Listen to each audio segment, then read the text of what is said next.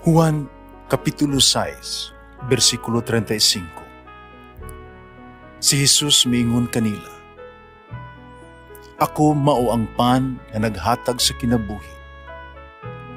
Ang muari kanako dili nagayod gutomon, ug ang mutuo kanako dili nagayod uhawon." Pan sa kinabuhi. Maglikon unta sa mong pagtuo, ug gagaka kami sa pagtuman sa imong mahal nga kasuguan. Ang ginumanaan kaninyo Santo sa Ebanghelyo sumala ni San Lucas. Unyo may usa ka tawo didto sa pundok nga miingon kaniya, magtutudlo. Sultihi ang akong igsuon nga bahinan unta ako sa katigunan nga gibilin kanamo sa among amahan. Si Jesus itubag kaniya, undo kinsa may naghatag kanako katungod sa paghusay o pagbahin sa katigunan tali kaninyong duha. Padayon siya pagsulti kanilang tanan. Pagbantay kamo, ulikayin ninyo ang bisan unsang kahakog. Kang tinuol nga kinabuhi sa tao wala diha sa butang, kayang gikuptan. Bisan unsa pa siya ka dato. May misigulin si Jesus ni ining sambingay. Di usa ka dato nga may yuta nga maayg abot ng malandong siya. Wala na ako'y kabutangan sa tanang kong abot. Usa may angay buhaton. Kini mo akong buhaton. Lingon siya siyang kagulingon. Gubon ko ang ako ang kamalig. Magtukod ako og lahi pang dako, labing dako. Din ako ang tigumon unya ang akong abot. Ang uban kong mga kabtangan. Namingon ako sa kaugalingon. Pagkapalara ni mo undo. Anaa nimo ang tanan nga butang nga imong kinahanglan alang sa daghang katuigan. Papahayahay na lang, kaon, inom, paglipay. Parang Diyos miingon kaniya, huy buang, niini gayong gabi una ikaw mamatay, unya kinsa may makapanag-iya, nga nang tanang butang nga imuhang gitigom alang sa imong kaugalingon. Mitapos sa Jesus pag-ingon, mao kini ang mahitabo kanila nga magtigom ug bahandi alang sa ilang kaugalingon pandili dato atubangan sa Dios. Ay Ebanghelyo sa Ginoo. Pasalamati ang Ginoo kay siya maayo, ang iyang gugma mulungtad hangtod sa kahangturan. Pasalamati ang Diyos sa tanang mga Diyos, ang iyang gugma malungtaron. Pasalamati ang Ginoo sa mga Ginoo, ang iyang gugma malungtaron.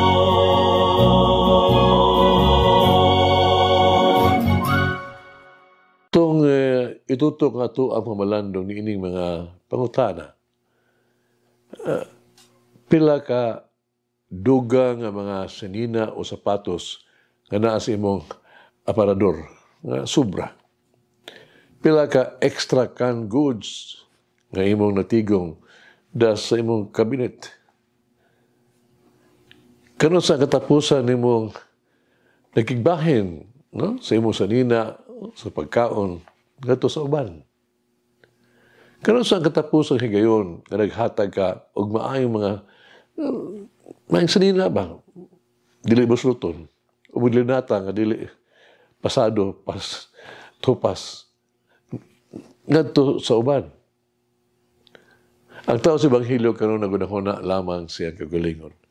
Wala siyang pakabana sa ubang mga tao. Wala siyang magtagad kanila, hakog siya. Di siya gusto nga magigbahin. Na niya ang tanan. Wala na siya may kulang material nga mga butang. May mahatag siya kung buot siya. makapaambit siya gikan siyang bahandi. Ana siya sa maayong kahimtang, nga mahimog yun siya manghihatagon. Mahimong nga po ang uron, mahimong maayos, alang sa uban. Apan, gipili niya nga tipigan ang tanan alang niya sa kagalingon. Kaya doon ay tulog karason nga nung ingon siya ni Ana. Una, nalinga siya sa mga kabtangan. Imbis mag-practice siya sa hiyas, pag-ambit, yan gipili ang pagtago, tigtipig, no? Pagpanag-iya o pagtigong. Busa, misalig siya siyang magkabtangan imbis sa pabidensya sa Diyos. Gusto niya nga makuha ang uglabaw pa kaysa paghatag, pagtipig kaysa pagpaambit, pag-angkon kaysa pagbabahin-bahin siyang bahandi. Ikaduha, ang tao diha sa Ebanghelyo, nalinga sa kauswagan, sa ganansya. Imbis magunahon niya pagpahatag, no? O mga bililhong butang nga maayo, nga sa ubang mga tao, basta malaka sa Hinoon, pagtipig sa iyahang mga abot.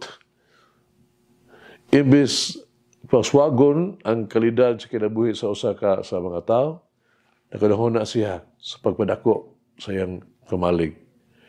Imbis mag-focus siya, dilian nga mga paginahanglan sa kinabuhi, iyang gipaubos ang iyang mga prioridad. No? Ipauna niya ngadto sa luho sa kinabuhi. Busa, nakalimot siya nga ang tao mo ay labing importante. Iyang gipasagdan ang iyang mga katungdanan sa pagkristohanong gugma nga putli. Iyang gipadaplin ang iyang kristohanong obligasyon ngadto sa mga kabus o mga timawa. Kinahanglan, hibalaan nato kanunay ug unsa nga naa kanato, igo na, enough. Kinahanglan natong makatunan nga ang kalipay wala sa pagtipig. Kaya natong hinungduman nga ang Diyos na higugma ka nato. Dito mo sa tuang nabatunan, no? Bahandi sa tuang panag-iya, kundi dito mo sa tuang pagkinabuhi o pagpagamit sa tuang mga talento ug mga bahandi para sa uban. Katulo, ang tao sa Ebanghelyo karon sayop ug prioridad sa kinabuhi. Hakog siya. Wala siya makontento sa iyang kaugalingon. Usay na asal kaniya. Itungha niya ang kalipayan, ang kaharuhay sa kinabuhi. Siya dunay sayop na may ideya kang sadapi og bahandi, makahatag kaniya og kahimsog kalipay. Og kani gitawag na to kasiguruan. Ang kalipay naa sa kung unsa nga naa sa to ang kasing-kasing. Ang kalipay wala magdepende sa daghang mga deposito sa bangko o taas na itong kahimtang sa katilingban. Kung kini ang imong kalipay, na naa ka sa sayop ng mga prioridad, mga mithi sa kinabuhi. Ang ato ang pinag-iya, dili makagarantiya sa itong kaluwasan. Ang atong seguridad, mao ang Diyos. Ang atong kaluwasan, mao ang Diyos. Ang kalipay, mao ang papangita sa Diyos. Pagmabilin kaniya sa itong kasing-kasing. Busa ang tao sa Ebanghelyo na kalimot, kang tinuog nga kalipay, mao ang pag-uban sa Diyos. Wala sa makaamgo, ang tinuod nga bahandi mo ang pagkabaton o kinabuhi nga dayon. O kita, atong bahin, kinahanglang tang musunod kanunay sa tambag na Jesus nga nag-ingon kanato. Ingon ni ini, nga mahitabo ni adtong nagtigong o bahandi alang sa iyang kagalingon apan dili dato sa unsa importante sa Dios. Sa adlaw sa na gitugutan na sa Dios ang Israelita nga mosulod na sa yuta nga saad, no? Usa ka tawo, no? May tigbabaw, nakaingon pagkaayo sa Ginoo nga iyang gihatag kini nga yuta. Sa kaduhang adlaw, milibot siya sa yuta. Pingo na siya. Pagkaayo sa yuta nga gihatag sa Ginoo kanako. Nagpadayon siya sa paglakaw. Sa katulog ka adlaw, Siya na maingon, pagkaayo sa yuta. Wala ang Ginoo. Mag-ampo kita.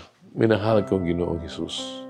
Akong kusog ug tinubdan sa tanang kaayo. Wala gayon magpugong kanako. Kanunay ka nga naayo, maayo, o maghatagon kanako. Tudloy ko nga may sama nimo. Dili ko tipigan para lang sa akong kaugalingon. Di na ko ipiyong ako mga mata sa akong mga hinahanglan, no? Sa tabang, mga taong tabang. Di na ko magunahuna lamang sa akong kaugalingon. Umahadlok na mawala na mabahin, mahabilin alang kanako. Kanunay kong buhaton ang maayo. Ako ipaambit usab ng ako ang mga butang, dili ang sobra, dili ka itong walay gamit o defekto. Ihatag ko kung unsa ang ikinahanglan kaayo o kung unsa ang puslanon. Amen. O Mary, grant me the gift of generosity. Langin ang Diyos magagawam sa tanan, Amahan, Anak, Espiritu Santo. Amen. May the Lord of the divine mercy bless us all, heal us from all diseases and suffering. Ayun unta niya kita, tanang mga sakit na sa lawas o sa kalag, body and soul. In the name of the Father, the Son, and of the Holy Spirit. Jesus, I trust in you. Amen. Whoever eats the bread of life will never hunger, says the Lord. Kay galaan inyong nabati ang pagpaambit ug hamubong pamalandong sa pulong sa Dios pinaagi sa tulumanon. Pan sa kinabuhi nga gidumala ni Monsignor Daddy Selva. Hangtod na usab sa sunod higayon, daghang salamat.